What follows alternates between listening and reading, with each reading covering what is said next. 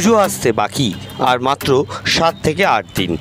তারপরেই বাঙালির সবচেয়ে বড় উৎসব অর্থাৎ দুর্গোৎসবের ঘণ্টি কিন্তু বেজে যাচ্ছে। কিন্তু তারই মধ্যে বারংবার দরজায় কড়া নাড়ছে কোভিড পরিস্থিতি, যে কারণে রাজ্য সরকার বারবার মানুষের কাছে আবেদন করছেন ভিড় এড়িয়ে চলার জন্য। শুধু তাই নয়, পুজোতেও এবার বেশ কিছু রয়েছে বিধিনিষেধ। তার মধ্যে কালচারাল প্রোগ্রাম থেকে শুরু করে মানুষের জমায়েতকে আটকানোর একটা আভাস কিন্তু রয়েছে।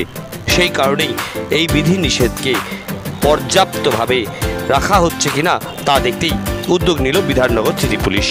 বিধাননগর সিটি পুলিশের পুলিশ কমিশনার মুকেশ কুমার এদিন নিজে বিধাননগরের বেশ কয়েকটি পুজো ঘুরে দেখেন। সেখানে পর্যাপ্ত পরিমাণে ব্যবস্থাপনা রাখা হয়েছে কিনা এবং কোভিড পরিস্থিতির সাথে মোকাবিলা করার জন্য পুজো কমিটিগুলো তাদের পর্যাপ্ত পরিমাণে ভলেন্টিয়ার কোথায় কোথায় মোতায়েন করছেন সেই বিষয়গুলো কিন্তু এদিনকে খতিয়ে দেখেন তিনি নিজেই।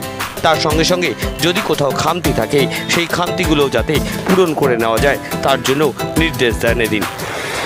আমরা সমস্ত পুজোগুলো আমাদের যে এলাকাতে হচ্ছে সেটা আমরা ভিজিট করছি, ওদের প্রিপারেশন কী ধরনের প্রিপারেশন আছে সেটা আমরা দেখছি। আর আজকে আমাদের একটা মিটিং আছে, এমনি আমাদের থানা লেভেল অলরেডি মিটিং হয়ে গেছে।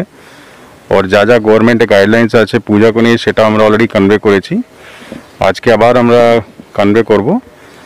আর এভাবে আমাদের রুটিন ভিজিট থাকবে, যদি আমরা কিছু দেখব কোনো অ্যারেঞ্জমেন্ট মধ্যে খামতি আছে সেটা আমরা সাজেস্ট করব, অ্যাডভাইস করব। আর এছাড়া পুলিশের যে অ্যারেঞ্জমেন্ট আছে সেটা থাকবে। কতগুলো বড় পুজো আছে এই বিধাননগর পুলিশ কমিশনের এলাকায়? পুজো আছে 8-10 পুজো আছে যারা বড় বড় আছে, যেখানে অনেক বড় লেভেলের অ্যারেঞ্জমেন্ট দরকার আছে। আর এছাড়া সব পুজো ইম্পর্টেন্ট আছে, কোনো পুজো ইম্পর্টেন্ট নেই এরকম নেই, সব জায়গায় আমাদের নজর থাকবে। ক্রাউড ম্যানেজমেন্টের উপরে কি? ক্রাউড ম্যানেজমেন্ট নিয়ে সব প্রত্যেক বছরই অ্যারেঞ্জমেন্ট করা হয়, পুলিশ অ্যারেঞ্জমেন্ট থাকে, ট্রাফিক অ্যারেঞ্জমেন্ট থাকে, সেই অ্যারেঞ্জমেন্ট এবারই থাকবে। আর গতপর থেকে যা কিছু খামতি থেকে গেছে সেটাকে ইমপ্রুভমেন্ট করার চেষ্টা করা হবে।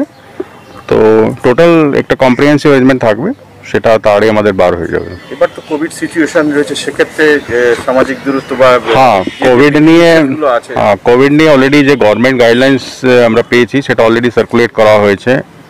থানা লেভেলে যে মিটিং হয়েছে ওখানে বলা হয়েছে, আজকে আবার আমরা গাইডলাইন্সগুলো যারা অর্গানাইজার আছে ওদের সাথে আলোচনা হবে।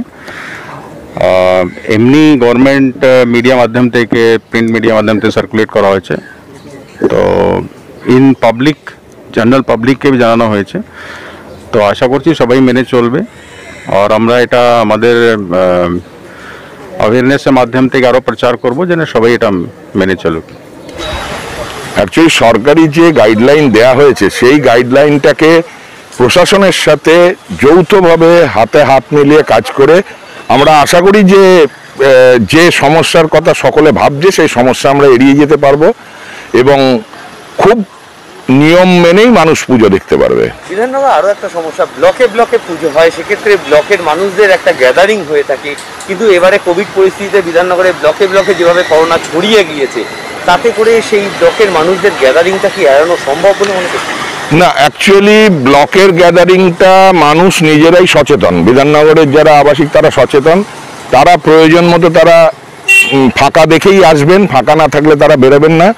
এবং যেটা দ্বিতীয় ব্যাপার যেটা হচ্ছে সেটা হচ্ছে আমাদের কালচারাল প্রোগ্রাম তা বিভিন্ন ব্লকে হয়, একটা পংক্তিভোজের ব্যবস্থা হয়। সেগুলো যেমন আমি এফডি ব্লকে আমি থাকি, এফডি ব্লক যেমন ঠিক করেছে যে কন্টেনার প্যাক করে খাবার দেয়া হবে, পংক্তিভোজটা হবে না। আর দ্বিতীয় হচ্ছে কালচারাল প্রোগ্রামটা অনলাইনে হবে, অঞ্জলি অনলাইনে হবে। অঞ্জলি কি করে অনলাইনে? অঞ্জলি পুরোহিত মশাই ঠাকুরের সামনে বসে ক্যামেরায় বলবেন, আর ওটা একটা চ্যানেলের মাধ্যমে একটা ডেডিকেটেড লিঙ্ক থাকবে, সেই লিঙ্কের মাধ্যমে যারা যারা অঞ্জলি দিতে ইচ্ছুক তারা দেখবেন, দেখে তাদের যে পুষ্পটা আছে সেই পুষ্পটাকে তারা আমরা একটা প্লাস্টিকের ব্যাগ দিয়েছি এক দিনের, সেই প্লাস্টিকের ব্যাগে ফেলবেন। এইবার তারা এসে এখানে দিয়ে যাবেন, আমরা মায়ের পায়ে ছুঁয়ে রেখে দেবো, পরবর্তীকালে ওটা এনজিওকে দিয়ে দেওয়া হবে, তারা যা করার করবেন।